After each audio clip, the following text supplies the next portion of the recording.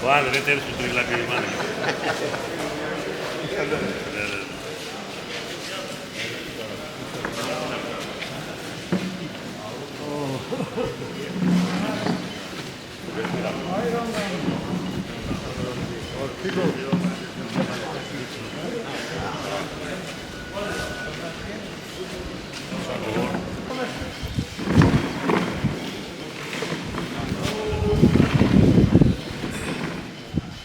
और ज़िंदगी का राजनीतिक सफ़र जो है वो मैंने इसी हल्के से, पुराना सालावास हल्का है, इसी से शुरू किया था।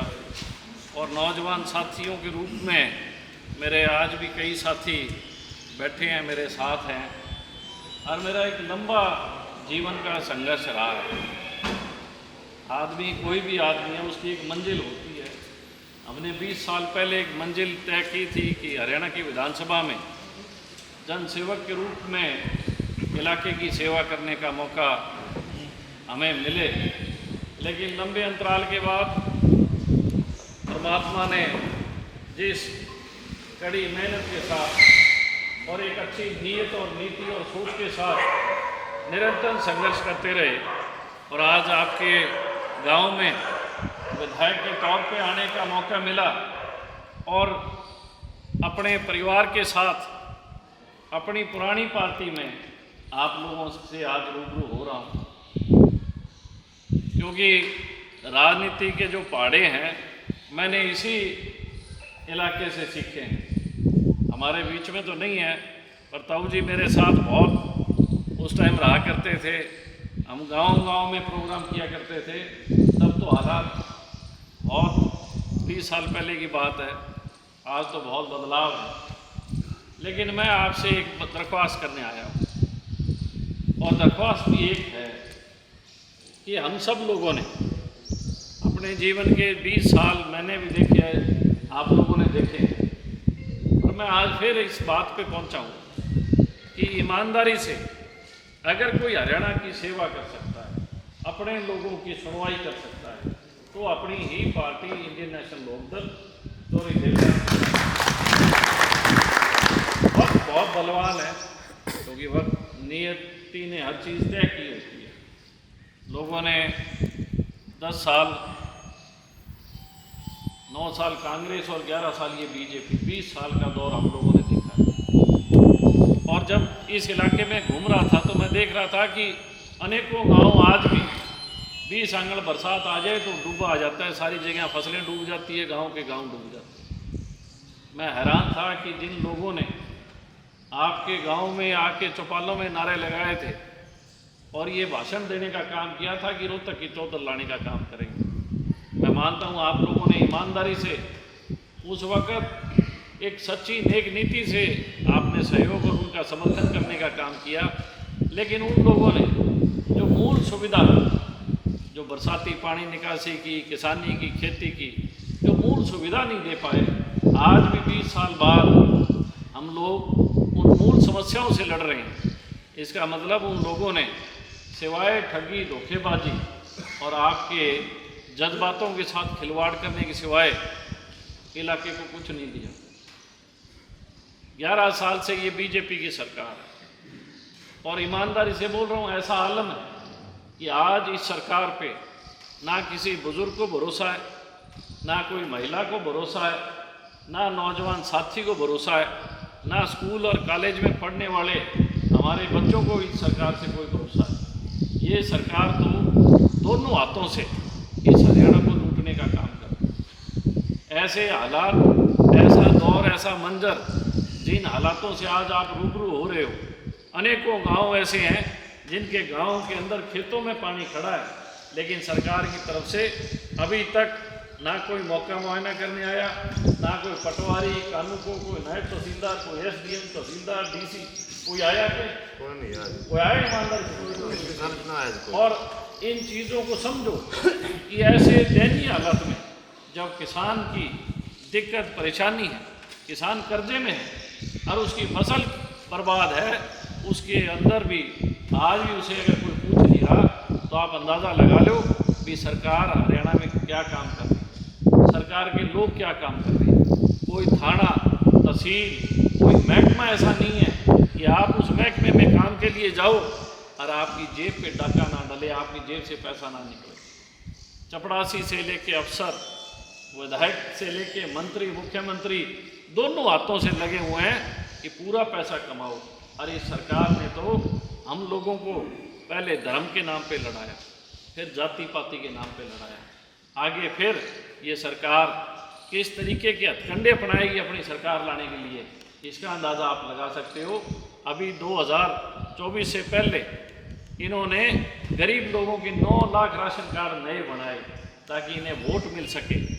एक राशन कार्ड पे 4 लोग, अगर 9 लाख बने हैं तो अंदाज़ा लगाओ 35 से 40 लाख लोग इनके हक में खड़े हुए।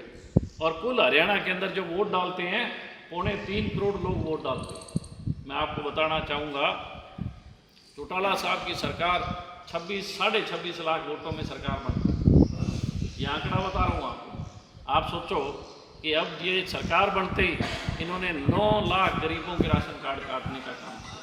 9 लाख लोग आज दाने दाने को मोहताज हैं। वो अपने आप के साथ ठगा सा महसूस कर रहे हैं, क्योंकि उनसे जो वायदा किया गया था, जो लोभ और लालच दिया गया था, वो लोभ और लालच में फंस गए और आज वो आंसू रो रहे हैं, उनके आंसू उनके हाथ। ये सरकार तो केवल अडानी और अंबानी का ख्याल रखने वाली सरकार।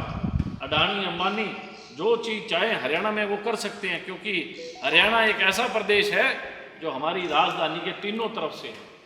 और तीनों तरफ से है तो स्वाभाविक है कि जितनी भी ज़मीनें आस पड़ोस की हैं, वो तमाम ज़मीनों के खरीदार और सौदागर जो हैं वो अडानी और अंबानी जैसे लोग हैं।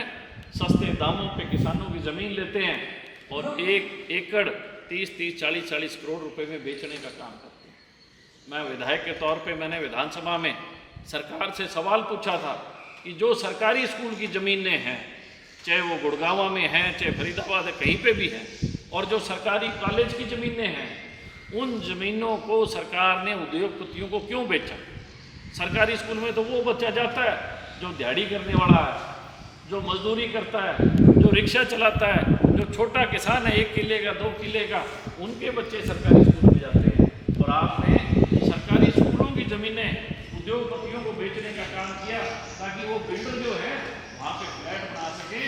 और आप देखो कि सरकार के पास उस सवाल का कोई जवाब नहीं।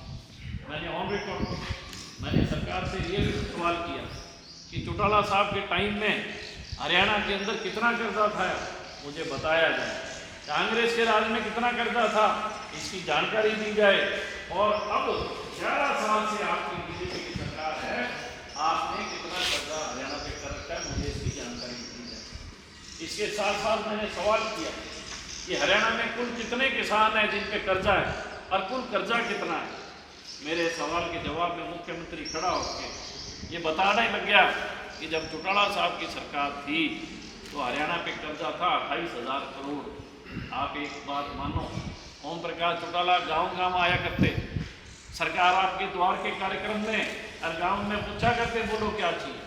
अखबारों में खबर छपती थी कि ओम प्रकाश चौटाला ने गाँव से काम पूछे, गाँव वाले काम बताते रहे, चौटाला साहब हाँ भरते रहे।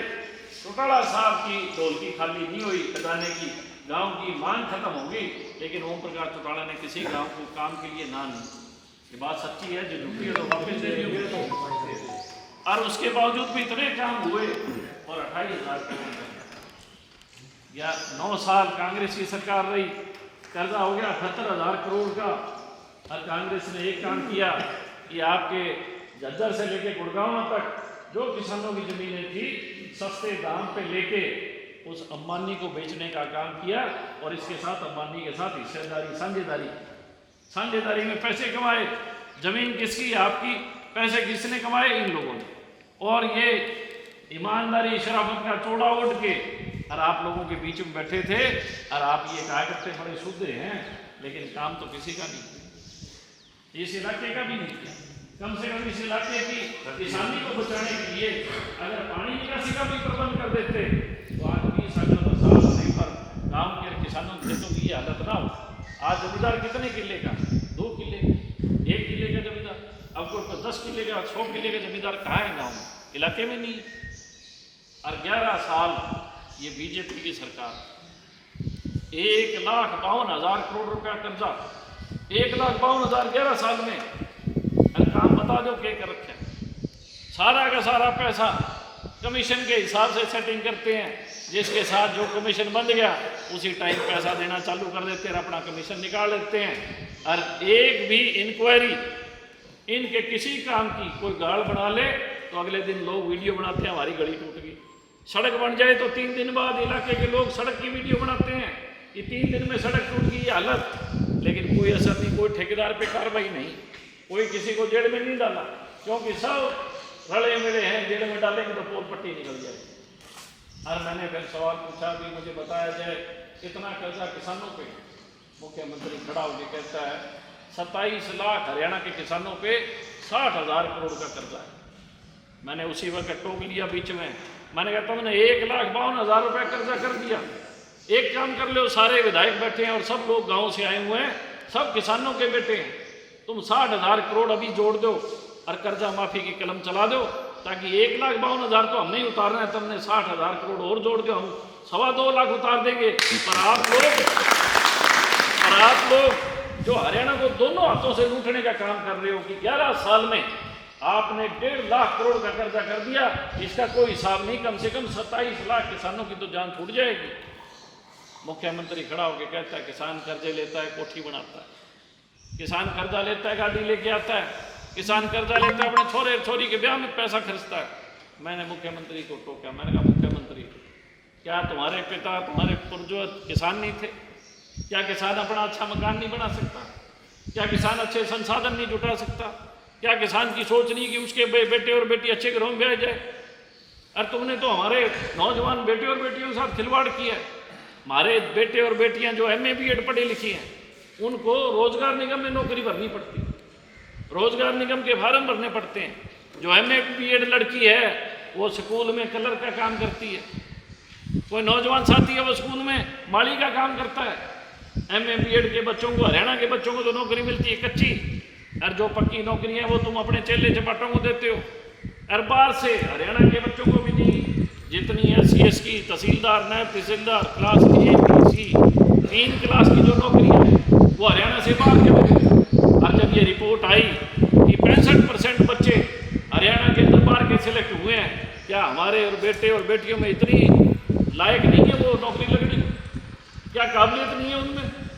लेकिन किस तरीके से हरियाणा के लोगों को, खास तौर पे ग्रामीण अंचल गांव देहात के लोगों को, चाहे वो किसान है कोई जाति धर्म से है, एक ही चीज़ सोच रखी है कि इनके बच्चे कच्ची नौकरियों पर रहें, ताकि हर रोज़ उनकी जान छुरी पे टंगी रहे, हर रोज़ प्रदर्शन करें। और नौकरी देते हैं 150 किलोमीटर दूर, 12,000 की तनख्वाह, और हमारी बेटी नौकरी करती है 150 किलोमीटर दूर, क्या लेके घर पे आएगी? क्या घर वालों को देगी? और क्या नौकरी करेगी? ऐसे हालातों के बीच में हम लोग खड़े। मैं एक बात कहने आया, जिस तरीके का आज इन्होंने हम पे सब पे प्रेशर है, मैं देखा करता था गौरी देवलाल का राज था, ओम प्रकाश चौटाला का राज था, सबके चेहरे खिले खिले थे, आंखों में चमक थी। और आज सारों के चेहरे मुरझाए हैं और आंखों में कोई रौनक नहीं है।